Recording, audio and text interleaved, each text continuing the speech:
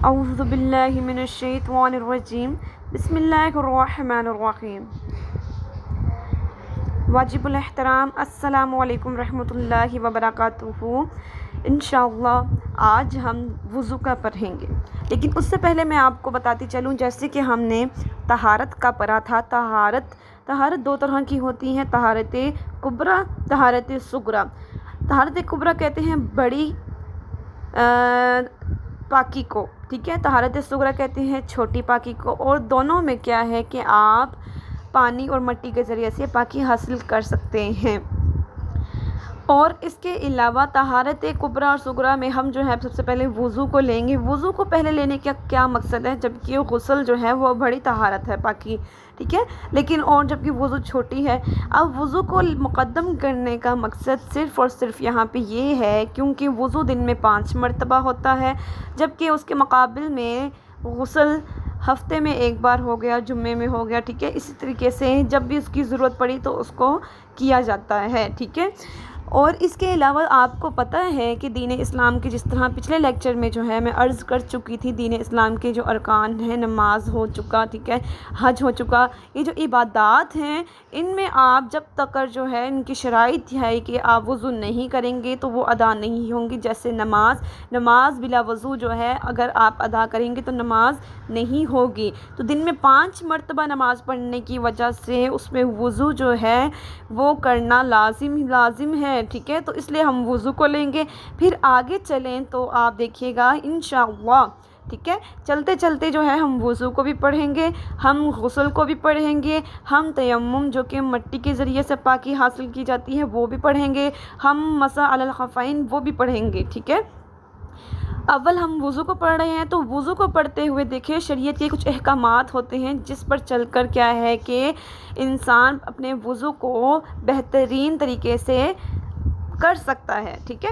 اب فرض ایک ہوتا ہے، دوسرا واجب، جس طرح کہ میں دوبارہ اس کو دہراتے چلوں۔ فرض کیا ہوتا ہے اور واجب دونوں ہی ایک طرح کے ہی ہوتے ہیں، لیکن تھوڑا سا ان میں فرق ہوتا ہے۔ وہ فرق کیا ہے کہ دونوں کے درمیان کوئی زیادہ فرق نہیں، البتہ اعتقاد کے اعتبار سے ان میں فرق ہے۔ اعتقاد یعنی یقینی، ٹھیک ہے، ان پر تھوڑا سا فرق ہے۔ اور فرض میں کیا ہے کہ فرض کا انکار جو شخص کرے گا وہ کافر کہلائے گا، مگر جو واجب کا انکار کرے گا وہ کافر، دین اسلام کے دائرے سے خارج نہیں ہو جائے گا، بس وہ فاسق بندہ کہلائے گا، گمراہ، ٹھیک ہے۔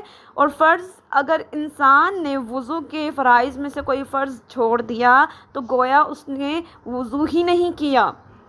اب کوئی بندہ کہے کہ میں وضو کے بغیر نماز پڑھ لوں یا وضو کے ارکان چھوڑ کر، وضو کے ارکان کیے بغیر میں سنتوں کو اپنا لوں، تو اس کا وضو ہی نہیں ہوا۔ اور اگر وہ وضو کا اقرار ہی نہ کرے وضو کے فرائض کا تو وہ واضح طور پہ وہ کافر ہے، ٹھیک ہے۔ تو اسی لیے ہمارے لیے جاننا ضروری ہے کہ وضو کے فرائض بالآخر ہے کون سے فرائض ہیں وضو کے، جن کو چھوڑنے سے وضو جو ہے ہوتا ہی نہیں ہے۔ تو دیکھیے گا کہ وضو کے 4 فرائض ہیں۔ وضو کے 4 فرائض ہیں۔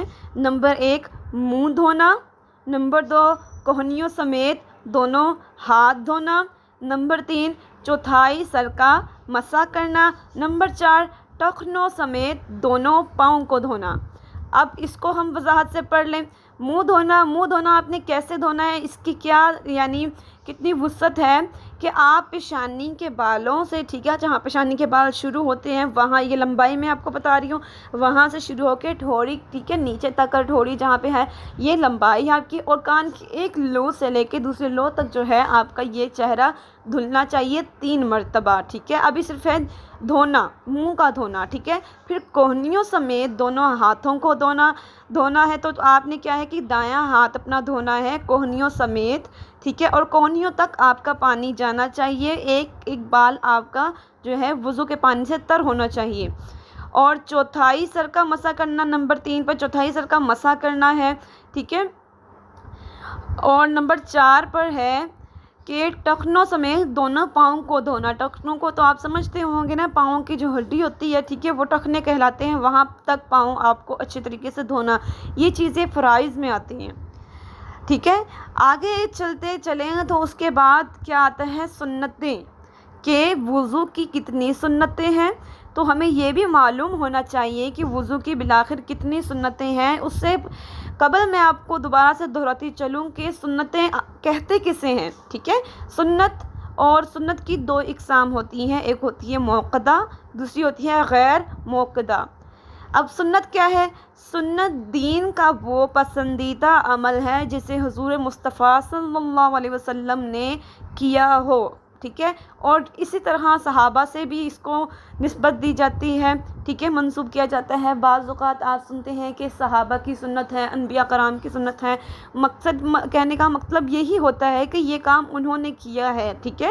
تو موقدہ اور غیر موقدہ کیا ہوتا ہے؟ موقدہ وہ ہوتا ہے کہ جو انہوں نے تسلسل سے کیا ہو، غیر موقدہ کبھی کیا کبھی نہ کیا۔ سنت کو اپنانے والا جو ہے اس کو ثواب ہوتا ہے، چھوڑنے والے کو گناہ ہوتا ہے، یہ یاد رکھیے گا۔ اب سنتیں ہم دیکھ لیں کہ وضو کی کون کون سی سنتیں ہیں۔